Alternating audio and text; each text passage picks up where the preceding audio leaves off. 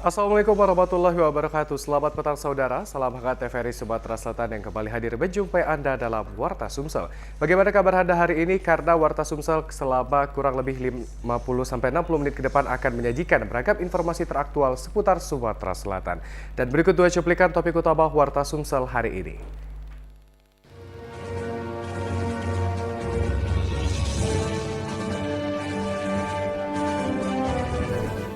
Kapolda Sumsel menghimbau rumah ibadah jangan dijadikan sebagai tempat untuk kampanye.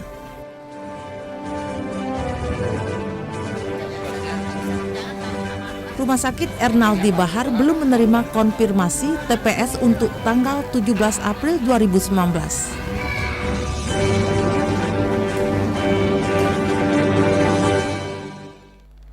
Dua topik utama tersebut tentunya akan kami rangkum dengan beragam informasi lainnya. Dan bersama saya Nata Persada, inilah Warta Sumsel selengkapnya. Saudara, kami awali Warta Sumsel dari topik utama. Mendekati kampanye terbuka pada tanggal 24 Maret, Kapolda Sumsel menghimbau agar tidak menjadikan rumah ibadah sebagai tempat berkampanye.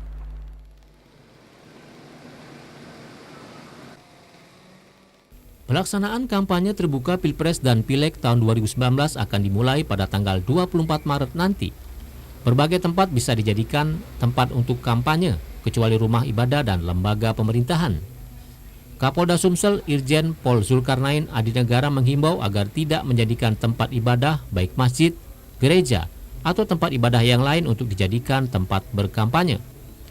Polda Sumsel pun telah berkoordinasi dengan pengurus rumah ibadah agar tidak memberikan izin adanya kampanye di tempat tersebut.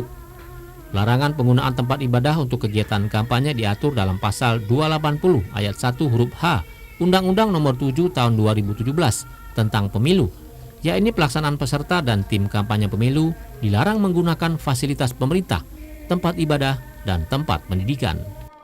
Juga saya himbau kepada seluruh masyarakat jangan mau atau dilarang berdasarkan undang-undang tempat ibadah apapun juga, apakah itu musola, masjid, gereja dan sebagainya, dijadikan tempat untuk kampanye salah satu paslon ataupun mungkin calon-calon legislatif.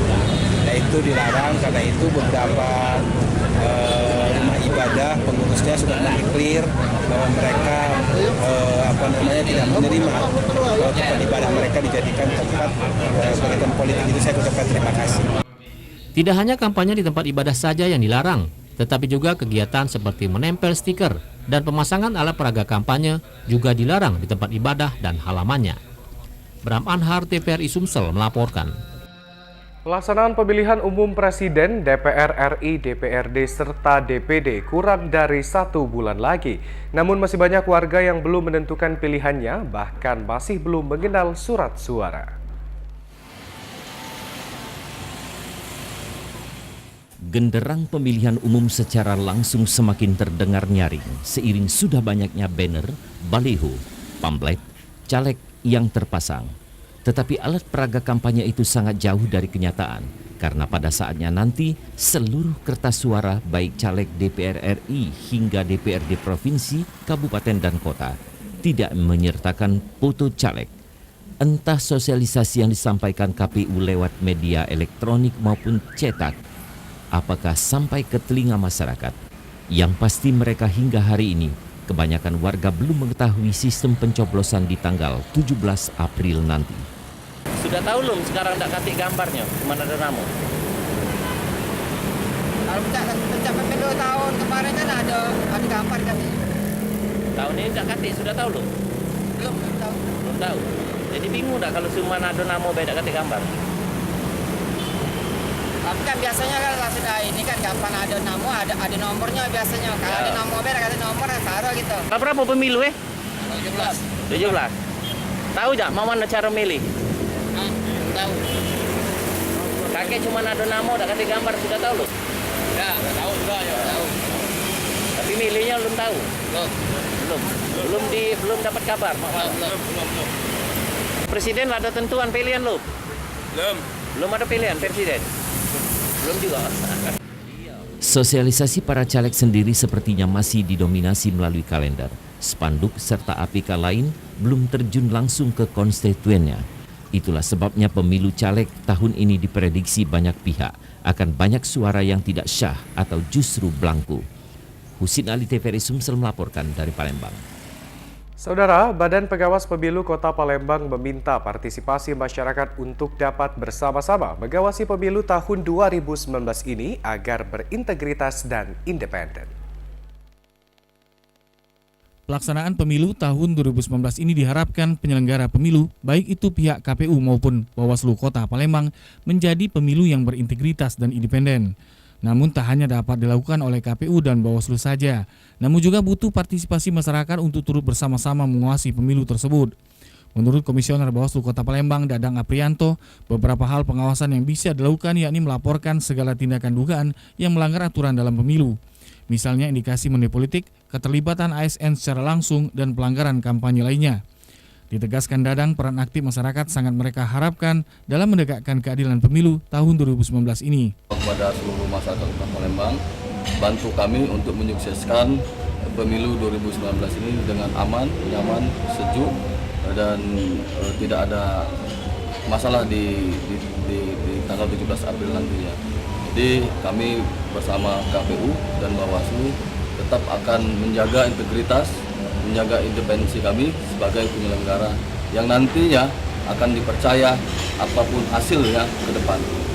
Diketahui mulai tanggal 23 Maret ini, calon anggota legislatif maupun calon presiden dan wakil presiden sudah bisa memanfaatkan media massa, baik itu media cetak maupun media elektronik untuk beriklan dan mensosialisasikan visi misi ke konstituen mereka. Tim Liputan TVRI Sumsel melaporkan. Saudara, seluruh pimpinan dan kader partai politik harus berjuang keras untuk mengisi kursi DPRD serta pemilihan presiden dan wakilnya pada tanggal 17 April 2019 mendatang. Mesin partai menjelang pelaksanaan pemilu harus lebih keras bekerja agar dapat memenangkan Pileg dan Pilpres 17 April 2019. Seperti Partai Persatuan Pembangunan P3 Sumsel yang saat ini sedang mengalami cobaan akibat Ketua Umum Partai tersandung kasus suap beberapa waktu yang lalu. Partai Persatuan Pembangunan adalah partai modern, sehingga kaum milenial yang ada di dalamnya tetap berjuang sekuat tenaga agar memenangkan kontestasi pemilu mendatang. Sebelum digelarnya Rapimwil keempat Partai P3 Sumsel, Kaukus Muda P3 Wilayah Sumsel menyatakan mendukung penuh 7 poin yang dibuat, diantaranya mendukung hasil keputusan Mukernas ketiga di Bogor yang mengukuhkan Suharso Mono Arfa sebagai PLT Ketua Umum P3. Ketua Partai Persatuan Pembangunan Sumsel Agus Sutikno menjelaskan, Rapimwil keempat ini untuk menyatukan barisan seluruh mesin partai agar tetap bergerak sesuai ADART partai dalam rangka memenangkan pemilu 17 April mendatang. Ini adalah dalam rangka untuk memusyawarahkan program-program yang akan dilaksanakan menghadapi pemilu 2019 17 April. Yang kedua, kita untuk terus menguatkan seluruh kader, pimpinan, dan stakeholder partai di Sumatera Selatan bahwa bagaimana perjuangan di dalam pemilu itu sangat berat. Maka kalau memang kita tetap optimis di dalam perjuangan untuk merebut kursi di legislatif, maka tidak ada kata lain adalah kita harus meningkatkan upaya kita bagaimana kita mempengaruhi pemilih sehingga pemilih menentukan pilihannya kepada kita atau partai kita. Dan saya ingin sampaikan, Agus Sutikno menambahkan kepada seluruh lapisan masyarakat agar menyalurkan hak pilihnya dan tidak golput. Muslimin Umar, Tim Liputan TVRI Sumsel melaporkan. Mendekati pencoblosan Pilpres dan Pileg pada tanggal 17 April nanti, pengurus Rumah Sakit Ernaldi Bahar belum menerima konfirmasi apakah akan diadakan TPS untuk pasien Rumah Sakit Ernaldi Bahar di lingkungan rumah sakit.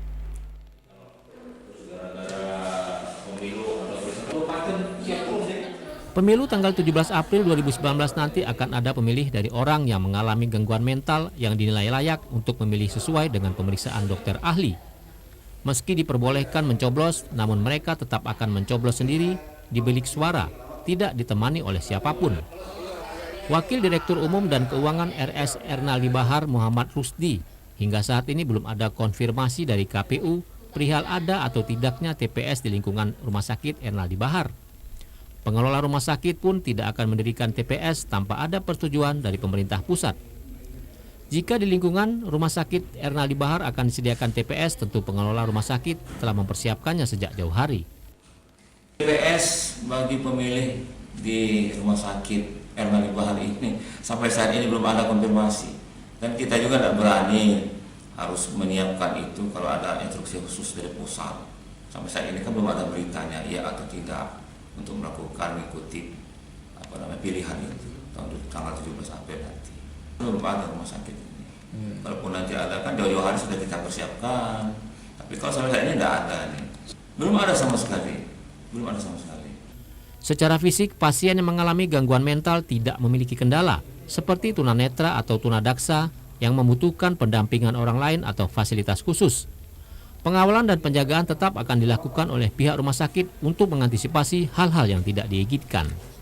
Bram Anhar, TVRI Sumsel melaporkan.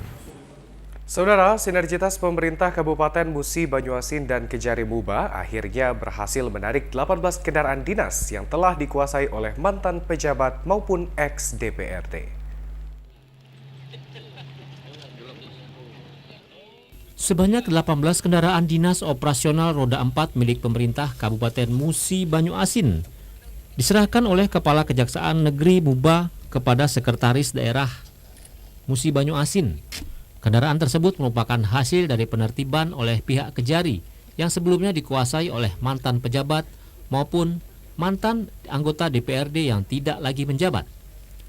Kejari Muba Maskur mengatakan setelah menerima surat kuasa khusus atau SKK dari Badan Pengelolaan Keuangan dan Aset Daerah atau BPKAD Muba dalam penertiban kendaraan roda 4 yang masih dikuasai mantan pejabat yang tidak lagi menjabat, Jaksa Pengacara Negara atau JPN telah melayangkan somasi.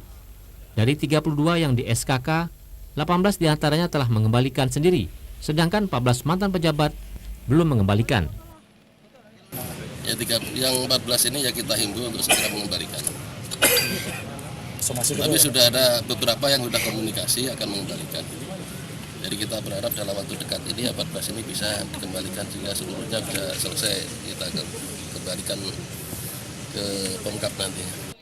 Sementara itu, Sekretaris Daerah Muba Apriyadi mengatakan penyerahan kunci mobil ini suatu bentuk sinergitas antara Pemkab Muba dengan Kejari Muba, karena selama ini pihak Pemkab kesulitan untuk melacak dan menarik aset negara tersebut. Terus terang saja, selama ini kami sangat sulit untuk menertibkan aset-aset bergerak, terutama kendaraan roda 4 ini yang sudah dikuasai oleh mantan pejabat dan lain sebagainya. Karena itu kesulitan kita untuk memintanya kembali dengan kesadaran sendiri. Nah, karena memang prosesnya agak sulit, maka kami mendapat tawaran dari pihak Kejaksaan Negeri Musi Banyuasin untuk melakukan kerjasama. Dari Musi Banyuasin, Iwan Arianto melaporkan. Saudara, beragam informasi lainnya akan kami hadirkan setelah jeda pariwara berikut ini. Tetaplah bersama kami di Warta Sumsel.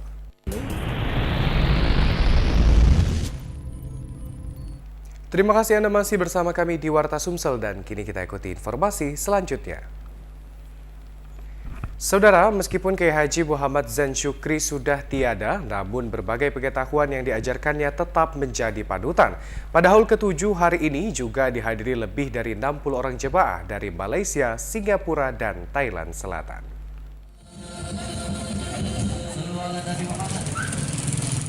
Ratusan jemaah memenuhi masjid dan kawasan sekitar Masjid Nurul Hidayah Cinde, Palembang, mengenang Kiai Haji Muhammad Zain Syukri.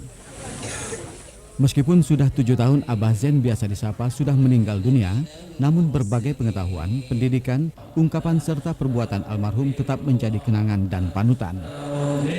Pada haul ke-7 hari ini, Gubernur Sumatera Selatan Herman Deru mengungkapkan betapa besar jasa dan pengorbanan Abah dalam mengajarkan Islam.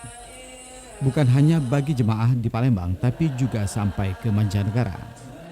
Beliau boleh tiada lagi, tapi ilmu-ilmunya tetap kita.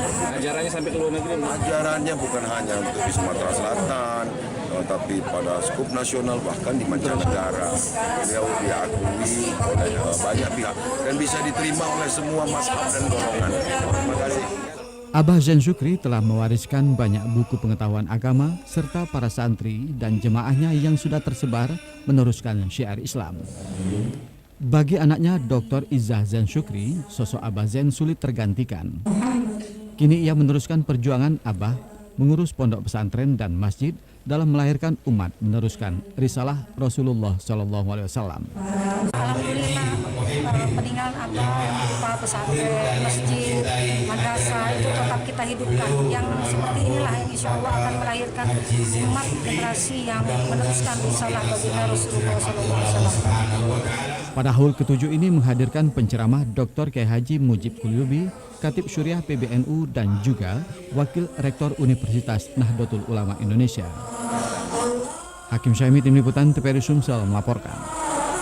Peringatan haul atau mengenang hari kematian seseorang salah satu sunnah Nabi dengan mendoakan arwah yang meninggal. Meskipun masih ada pertentangan, namun Ahlus Sunnah wal Jamaah tetap mengikuti sunnah Nabi ini. Peringatan haul yang banyak dilakukan umat Islam saat ini salah satu panutan berdasarkan hadis fi'li Nabi Muhammad SAW. Diungkapkan Wakil Rektor Universitas Nahdlatul Ulama Indonesia Dr. Kiai Haji Mujib Kulyubi, Rasulullah selalu mengunjungi atau ziarah ke makam syuhada Perang Uhud dan berdoa untuk arwah mereka. Haul seperti ini pun dilanjutkan oleh Khalifah Abu Bakar, Umar dan Utsman. Dari hadis ini menurut Khatib Syuriah NU ini peringatan haul salah satu sunnah yang diajarkan Rasulullah. Dari kegiatan haul dapat dipetik pelajaran tentang pendidikan dan pengajaran agama dari orang hidup ke orang hidup, dari orang hidup ke orang mati melalui pembacaan talqin. Sementara haul seperti mengenang 7 tahun wafatnya Kiai Haji Muhammad Zen Syukri ini salah satu pendidikan mengenang ajaran orang yang sudah mati terhadap orang yang masih hidup. Seperti ini, subhanallah, manakib Syekh Syaman, manakib Kanjeng Syekh Abdul Qadir Al-Jilani, maulid Rasulullah Nabi besar Muhammad sallallahu alaihi wasallam. Itu semua adalah kegiatan-kegiatan rentetan yang hakikatnya orang yang sudah meninggal mengajarkan kepada orang yang hidup. Alhamdulillah. Dari peringatan haul seperti ini memberikan pengetahuan dan melanjutkan perjuangan para ulama untuk melahirkan umat dalam meneruskan risalah kebenaran yang diajarkan Rasulullah SAW kepada umatnya hingga akhir zaman. Diki Sapran, Hakim Syaimi, Tim Liputan TVRI Sumsel melaporkan. Beralih ke informasi lainnya, Saudara, Ketua Tim Pengawasan dan Evaluasi Markas Besar TNI Angkatan Darat Brigjen Sudarto mengapresiasi hasil produk unggulan BIOS 44 yang merupakan formula dari Kodim 0406 MLM yang bermanfaat bagi masyarakat banyak. Ini sebenarnya tidak berpengaruh terhadap Perwira Tinggi Mabes TNI Brigadir Jenderal Sudarto ketika meninjau pemanfaatan formula BIOS 44 di Kota Lubuk Linggau, Sumatera Selatan, mengakui dan memuji hasil yang berbahan non-kimia tersebut. Eksperimen dan formula cairan khusus non-kimia ini nantinya dapat memiliki banyak manfaat bagi masyarakat dalam meningkatkan kesejahteraan maupun mengelola sejumlah komoditi sumber daya alam yang ada. Multifungsi dan multi manfaat dari BIOS 44 ini selain digunakan pada sektor pertanian maupun perikanan, juga dapat digunakan berupa fogging maupun untuk pencegahan kebakaran hutan dan lahan, serta normalisasi lahan gambut yang rentan terbakar. Hasil eksperimen dari formula cairan khusus non-kimia BIOS 44 ini dilatar belakangi dari seringnya kebakaran hutan yang melanda wilayah Sumatera Selatan akibat dari pembukaan lahan yang dilakukan oleh masyarakat dengan cara membakar lahan. Sangat baik. Dan di sini sebagai apa nih, model itu ya? Model untuk pengembangan BIOS. Ya, untuk BIOS itu tempat itu makanya di masyarakat bagus sekali. Dalam Manunggal TNI Masuk Desa TMMD 104 ini diharapkan dapat membantu pemerintah dan masyarakat dalam pemerataan pembangunan. Sukma Aldino, TVRI Sumsel melaporkan. Warga desa Sungai Regit, Kecamatan Talang Kelapa, Kabupaten Banyuasin mengeluhkan sudah puluhan tahun air bersih PDAM belum masuk ke desanya.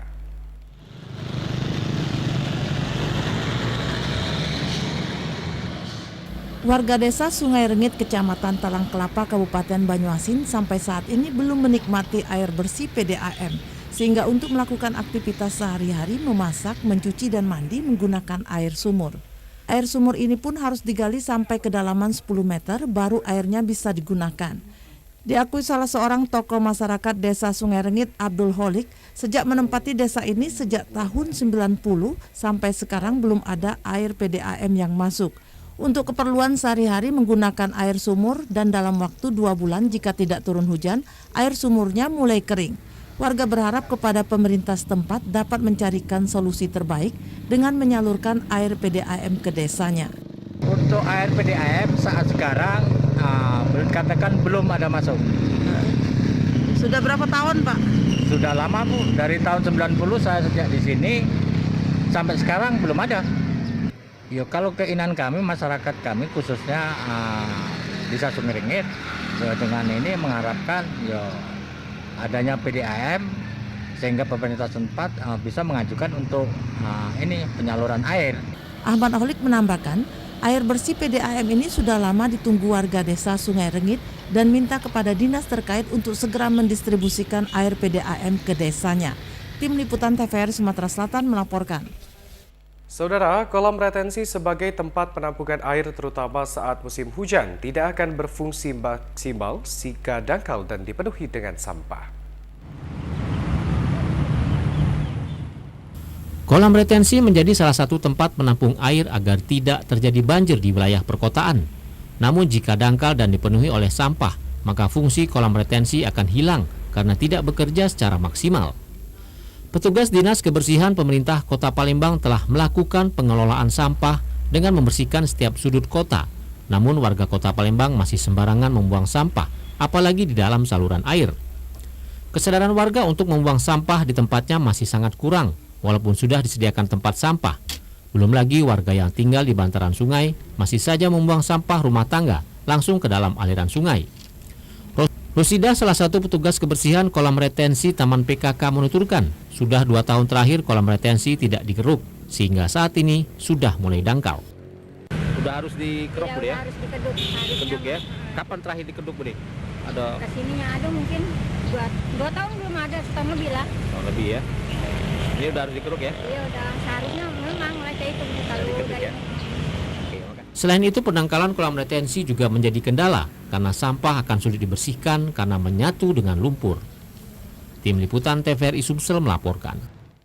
Beralih ke informasi lainnya, para petani berharap pemerintah dapat memperhatikan harga pupuk dan racun tanaman sehingga hasil yang diperoleh dapat lebih menguntungkan. Penjualan pupuk di tingkat pengecer di wilayah Kenten Laut Banyuasin saat ini mengalami kenaikan sekitar 5%. Ini karena pada musim penghujan biasanya para petani di wilayah ini mulai menanam berbagai jenis tanaman pertanian yang berumur pendek seperti kangkung, bayam, kemangi, dan lain sebagainya.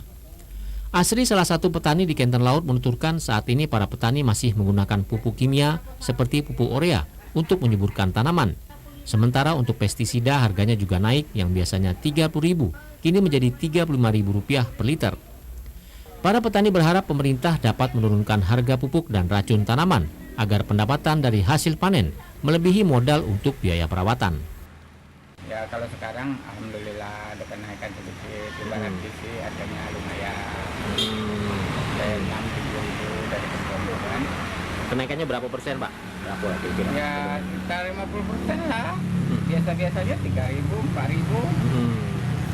Selain itu juga pemerintah terkait dapat memberikan bantuan berupa bibit dan alat pertanian yang memadai agar hasil yang didapat lebih banyak. Tim Liputan TVRI Sumsel melaporkan. Saudara, beragam informasi lainnya akan kami hadirkan setelah jeda pariwara berikut ini. Tetaplah bersama kami di Warta Sumsel. Terima kasih Anda masih bersama kami di Warta Sumsel dan kini kita ikuti informasi selanjutnya. Saudara, persaingan driver online kini semakin ketat seiring banyaknya jumlah driver yang beroperasi. Selain itu, promo yang dilakukan pihak operator menambah sulitnya driver dari operator tertentu untuk memenuhi target. Driver online baik roda 2 maupun roda 4 kini semakin menjamur terutama di kota-kota besar seperti Palembang. Driver roda 4 akan semakin terlihat memadati tempat-tempat strategis seperti mal saat hari libur Sabtu dan Minggu. Strategi mangkal di tempat keramaian ini mereka lakukan sekedar untuk merebut pemesan berharap bisa memenuhi target. Namun meski berbagai upaya telah dilakukan, tetap saja penumpang sepi. Beberapa pengemudi ojek online dan driver online justru enggan bicara kepada media ini saat dimintai keluhannya. Mereka menganggap sepinya penumpang bukan rahasia umum lagi. Namun masih ada saja driver yang mengungkapkan keluhannya meski sedikit keberatan. Kalau mampunya berapa kok Pak Sari, Pak? Biasanya. Oke. Masih ingat mungkin aku Paling berapa lah? pernah dilakukan ya Macam-macam Pak. pada awal-awal bergabung. Tapi target sampai tak? Ada yang sampai, ada yang tidak. Tapi memang sepi sekarang Pak ya? Atau terlalu banyak driver? Bisa ya Pak. Bisa jadi Pak ya? Biasanya untuk menutupi kekurangan pendapatan, mereka menawarkan diri kepada perusahaan tertentu agar mobil mereka dipasang stiker iklan. Dari sini mereka memperoleh uang bulanan dari perusahaan tersebut dengan besaran bervariatif. Husinali TVRI Sumsel melaporkan dari Palembang. Dharma Wanita Persatuan Kota Semarang melakukan kunjungan kerja yang disambut baik oleh pemerintah Kota Palembang di Rumah Dinas Wali Kota Palembang.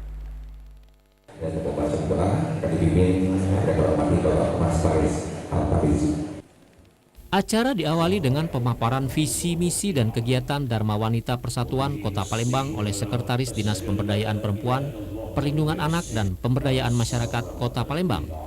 Setelah itu dilanjutkan dengan sambutan Ketua Dharma Wanita Kota Palembang, Ana Suryani.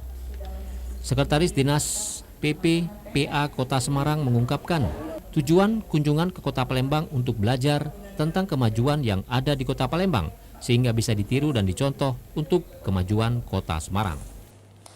Dengan adanya kunjungan berarti kan kita menjadi semacam yang ingin dianggap baik ya, dianggap Kota Semarang, karena juga kita juga ada beberapa keberhasilan dari pengurus ini. Dan mungkin dengan adanya kunjungan ini kita juga saling belajar nanti dengan Kota Semarang, karena Kota Semarang juga kan salah satu kota yang terdepan ya di Indonesia. Jadi kita saling belajar apa nanti kekurangan kita evaluasi, kita perbaiki untuk ke depan. Sekretaris Dinas Pemberdayaan Perempuan, Perlindungan Anak, dan Pemberdayaan Masyarakat Kota Palembang, Wati Purnamasari mengatakan, dengan kunjungan ini pihaknya dapat bertukar ilmu dengan Dharma Wanita Persatuan Kota Semarang. Menimba ilmu apa-apa yang ada di Kota Palembang yang berdiumpul sehingga kami bisa meniru atau menyangka sehingga bisa kita ungkapkan di Kota Semarang. Berapa lama? 3 hari Pak. Jadi kami datang kemarin, kami sudah keliling di Kota Palembang ke stadion Jakabaring, kemudian kami juga LRT yang sangat indah dan pertama kali di Indonesia. Kedepan pemerintah Kota Palembang akan memberikan yang terbaik bagi masyarakat Kota Palembang agar pembangunan lebih dirasakan. Romiko TVRI Sumsel melaporkan. Saudara, pelaksanaan ujian nasional berbasis komputer UNBK untuk SMA akan berlangsung pada tanggal 1 hingga 4 dan 8 April 2019 mendatang. Sebanyak 289 peserta Sekolah Menengah Atas Negeri 20 Palembang akan melaksanakan UNBK untuk pertama kalinya. Sebelumnya tahun lalu masih menggunakan UNKP. Untuk itu, setelah melalui ujian sekolah berstandar nasional USBN, siswa telah mempersiapkan diri dan melakukan 2 kali simulasi dan beberapa kali tryout. Terkait dengan UNBK tahun ini yang masih menumpang di SMK Negeri 5 Palembang, Rozali selaku Kepala SMA 20 Palembang berharap dan mempunyai target tahun depan SMA 20 bisa melaksanakan UNBK sendiri. Lebih lanjut, Rozali menuturkan jumlah komputer di SMA Negeri 20 jumlahnya tidak memadai, yaitu sekitar 20 komputer. Itu pun keadaannya sudah tak layak lagi. Saya selaku Kepala SMA Negeri 20 Palembang sangat mengharap dan berdoa juga, berupaya juga pada tahun ajaran di 2019-2020 nanti kita bisa ujian sendiri, khususnya di SMA Negeri 20. komputer yang kami butuhkan pada saat pelaksanaan ujian di tahun yang akan datang lebih kurang 100 unit. 100 unit ini kalau kami anggarkan lebih kurang 800 juta dengan perkiraan server 5, kemudian unit komputer visinya lebih kurang 100 unit. Ditambahkan Rozali, SMA Negeri 20 masih membutuhkan 100 komputer, 5 server dengan anggaran biaya 800 juta rupiah. Kedepannya ia berharap kepada Dinas, Provinsi dan Pemprov Sumsel bisa membantu SMA Negeri 20 Palembang untuk pengadaan komputer tersebut. Muslimin Umar, Tim Liputan TVRI Sumsel melaporkan. Badan Standarisasi Nasional atau BSN Kantor Layanan Teknis Palembang menargetkan tahun ini sebanyak 5 usaha kecil, mikro, dan menengah mendapatkan sertifikat SNI. Di Sumatera Selatan ada 16 UMKM binaan Badan Standarisasi Nasional atau BSN dari tahun 2017 hingga 2018 dan 7 diantaranya sudah mengantongi sertifikat Standarisasi Nasional Indonesia atau SNI. Untuk tahun ini BSN menargetkan 5 UMKM mendapatkan sertifikat SNI.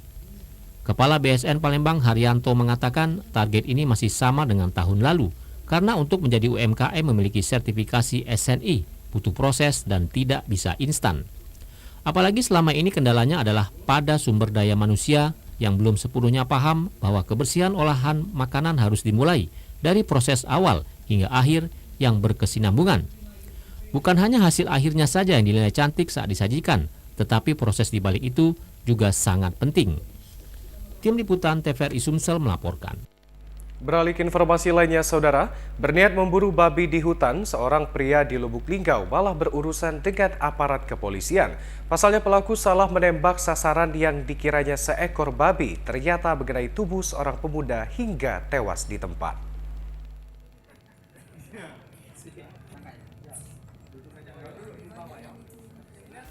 Setelah buron lebih dari 2 tahun, akhirnya pelarian pria berinisial KD, warga RT 04 Kelurahan Petanang Ilir, Kecamatan Lubuk Linggau Utara 1, Kota Lubuk Linggau, ditangkap anggota Satreskrim Polsek Lubuk Linggau Utara.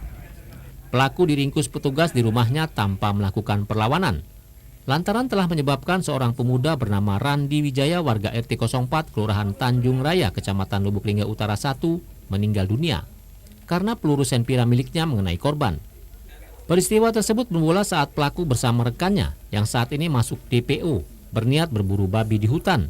Setiba di lokasi, pelaku mengira jika itu seekor babi, namun ternyata seorang pemuda. Sontak keduanya langsung kabur dan meninggalkan korban tergeletak begitu saja di lokasi. Kecurigaan tersebut terendus oleh petugas. Setelah didalami, betul itu bukan kasus kecelakaan tetapi kasus pembunuhan 338. Nah, setelah dilidik, inilah tersangkanya, salah satunya yaitu saudara Duna. Nah, sebetulnya ada 2 orang yang ikut berburu. Dia ini hobi berburu. Nah, karena dilihat di semak-semak, kelihatan di semak-semak, ya, akhirnya ditembak, pikirnya babi, ternyata manusia. Akibat perbuatannya, pelaku terjerat pasal 338 KUHP dan atau pasal 80 ayat 3 Undang-Undang Nomor 35 Tahun 2014 tentang perubahan atas Undang-Undang Nomor 23 Tahun 2012 tentang perlindungan anak. Dari Kota Lubuk Linggau, Ferry Setiawan, TVRI Sumsel melaporkan. Pasien orang dengan gangguan jiwa ODGJ di Rumah Sakit Ernaldi Bahar secara angka menurun sekitar 50%.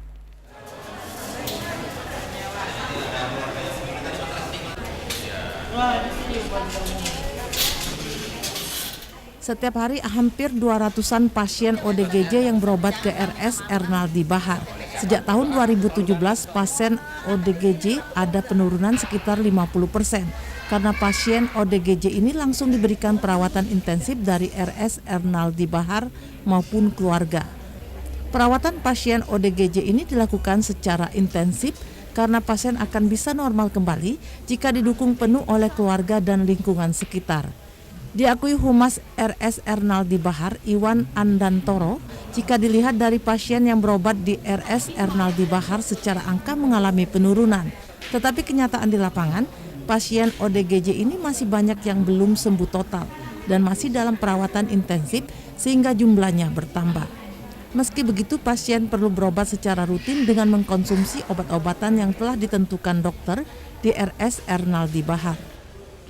Sebetulnya kalau menghitung populasi secara umum, kecenderungan jumlah penderita gangguan jiwa ini malah meningkat ya tiap tahunnya.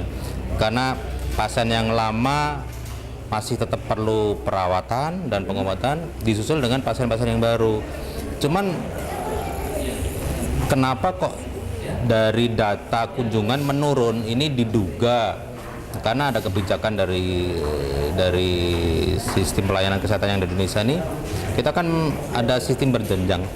Pihak RS Ernaldi Bahar juga memberikan pelayanan yang terbaik kepada pasien ODGJ yang perlu dilakukan agar pasien ini bisa berkomunikasi secara baik dengan lingkungan sekitar. Tim Liputan TVRI Sumatera Selatan melaporkan. Saudara, informasi TNI Manunggal membangun desa akan kami hadirkan setelah jeda pariwara berikut ini. Tetaplah bersama kami di Warta Sumsel.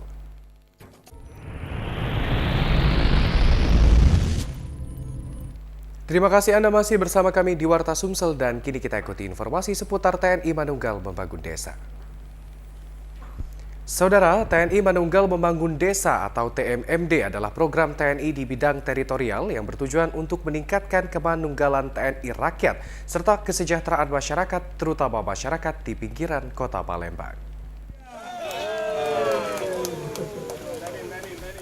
Selama 1 bulan berlangsungnya kegiatan TMMD ke-104 Kodim 0418 Palembang berhasil melakukan pembangunan jalan sepanjang 2 km yang menghubungkan antara Kampung Purwokerto dan Kampung Sungai Rengas, pembuatan MCK, rehab masjid, dan bedah rumah.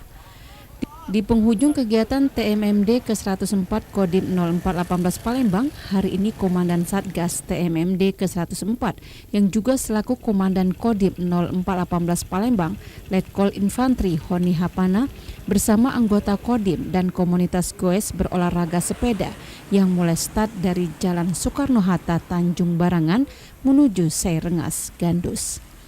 Setibanya di lokasi, Dandim 0418 Palembang Letkol Infantri Honi Hapana membagikan sembako kepada warga. Dandim berharap dengan kegiatan TMMD tahun 2019 ini dapat membantu warga yang kurang beruntung yang membutuhkan perhatian, sekaligus dapat meningkatkan pemerataan pembangunan di Kota Palembang, terutama di pinggiran kota. Ya, ini penghujung TMMD, kita sudah mulai pamitan kepada masyarakat. Kita mengucapkan terima kasih atas segala dukungan, segala supportnya. Kemudian mohon maaf apabila dalam 1 bulan ini para anggota Satgas TMMD, khususnya para prajurit yang tinggal di rumah-rumah warga Sungai Rengas ini khususnya, mungkin ada perilaku, ada perbuatan yang kurang menyenangkan, kita mohon maaf. Dan kita mengucapkan terima kasih atas supportnya dan diharapkan dari kegiatan ini terus tersambung silaturahmi persaudaraan di antara para prajurit.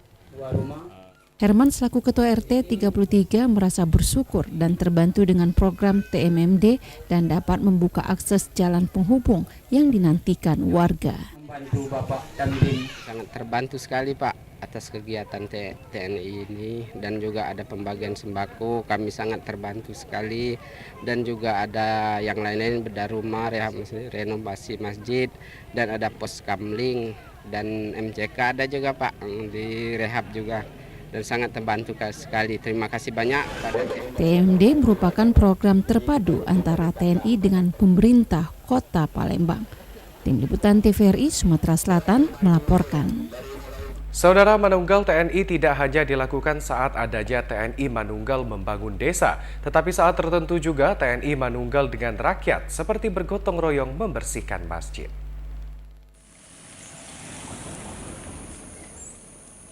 TNI hadir dari rakyat dan hadir untuk rakyat. Bersama rakyat, TNI kuat. Inilah semboyan TNI. Untuk itu TNI selalu melakukan pekerjaan apapun seperti yang dilakukan prajurit TNI dari Batalion Raider 200 Bakti Negara, melakukan gotong royong bersama masyarakat Seilaca membersihkan halaman seputaran masjid.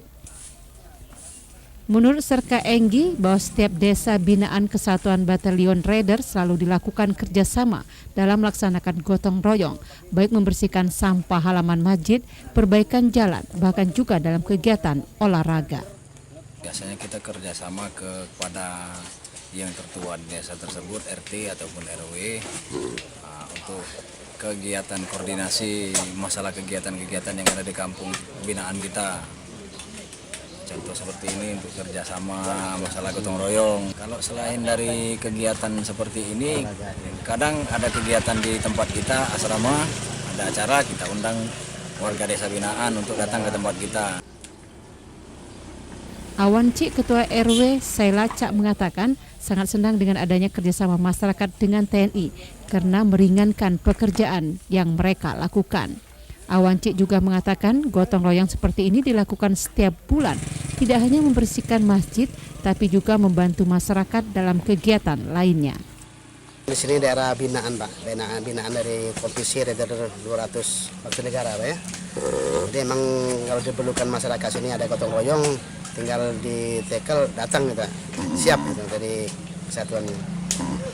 Indra Utama, TVRI Sumatera Selatan melaporkan. Aliran anak sungai yang berada di Kota Palembang seharusnya terbebas dari kotoran agar tidak lagi terjadi banjir ketika hujan turun dengan intensitas yang tinggi. Masyarakat yang berada di pinggiran Sungai Musi diharapkan untuk tidak lagi membuang sampah ke sungai dan selalu membersihkan sungai yang berada di daerah mereka. Kota Palembang yang dikelilingi sungai dan anak sungai menjadi dilema jika aliran sungai kotor dan tidak terjaga kebersihannya. Seperti yang terlihat di Lorok Pakjo Ilir Barat 1 atau tepatnya Sungai Sahang Palembang, aliran sungai banyak ditumbuhi rumput liar dan enceng gondok.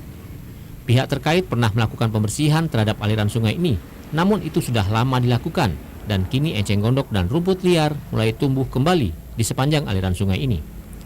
Selain rumput dan enceng gondok, aliran sungai di Jalan Pipa Reja Palembang juga selalu dipenuhi sampah rumah tangga seperti plastik, botol, dan lain sebagainya. Ini dapat berakibat fatal karena menyumbat air yang mengalir sehingga dapat menyebabkan banjir seperti musim penghujan saat ini. Warga diharapkan untuk bergotong royong membersihkan saluran air dan tidak lagi membuang sampah ke dalamnya. Tim Liputan TVRI Sumsel melaporkan. Ada banyak kegiatan favorit weekend yang bisa Anda lakukan bersama keluarga tercinta, seperti mengajak buah hati menikmati permainan game yang disukai anak-anak.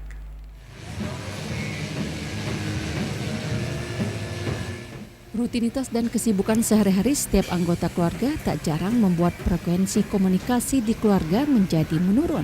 Tentu saja ini bukan menjadi alasan. Dan untuk menebus waktu yang hilang karena rutinitas dan pekerjaan sehari-hari, ada baiknya memanfaatkan waktu weekend bersama keluarga. Salah satunya banyak menjadi pilihan dengan melakukan sesuatu yang seru bersama anggota keluarga. Tapi tidak ada waktu, bisa menikmati shopping di mall dengan mengajak buah hati menikmati permainan dan games. Kegiatan bersama keluarga ini cukup menyenangkan bagi anak-anak tanpa menunggu musim libur sekolah. Seperti yang diungkapkan Sari dan Puji, liburan akhir pekan dengan mengajak keluarga bermain games di mall salah satu alternatif. Aksesnya mudah dijangkau karena berada di tengah kota. Selain kesini, kemana aja selain kesini? Biasa ke PTC. Oh gitu. Emang nggak jalan keluar ya? Kenapa milih permainan ini anak ini? Karena ya kalau anak-anak sih nyamannya di mall daripada di luar. Oh iya, nyamannya di mall ya. Jadi ada waktu libur dimanfaatkan. Ya itu kan waktu liburnya paling seminggu sekali. Jadi waktunya untuk ngajak anak main juga tiap hari. Jadi ya kadang-kadang aja sih mainnya sini kalau libur. Ngajak anak jalan ya? Kemana biasanya? Cuma kok milih di mall? Main di mall. Kok milihnya di permainan ini? Oh, banyak permainannya soalnya macam-macam. Nyaman ya, banyak ya permainannya ya. Jadi dimanfaatkan libur untuk ngajak anak-anak jalan ya. Jangan menunggu hingga liburan sekolah atau liburan panjang untuk menikmati berbagai acara seru anggota keluarga. Karena menikmati saat weekend bersama keluarga merupakan hal yang menyenangkan, menambah dan menyemangat sebelum memulai aktivitas pekerjaan esok harinya. Tim Liputan TVRI Sumatera Selatan melaporkan. Saudara, makanan khas Palembang seperti pempek, kemplang, dan tekwan masih menjadi daya tarik wisatawan yang datang ke kota Palembang.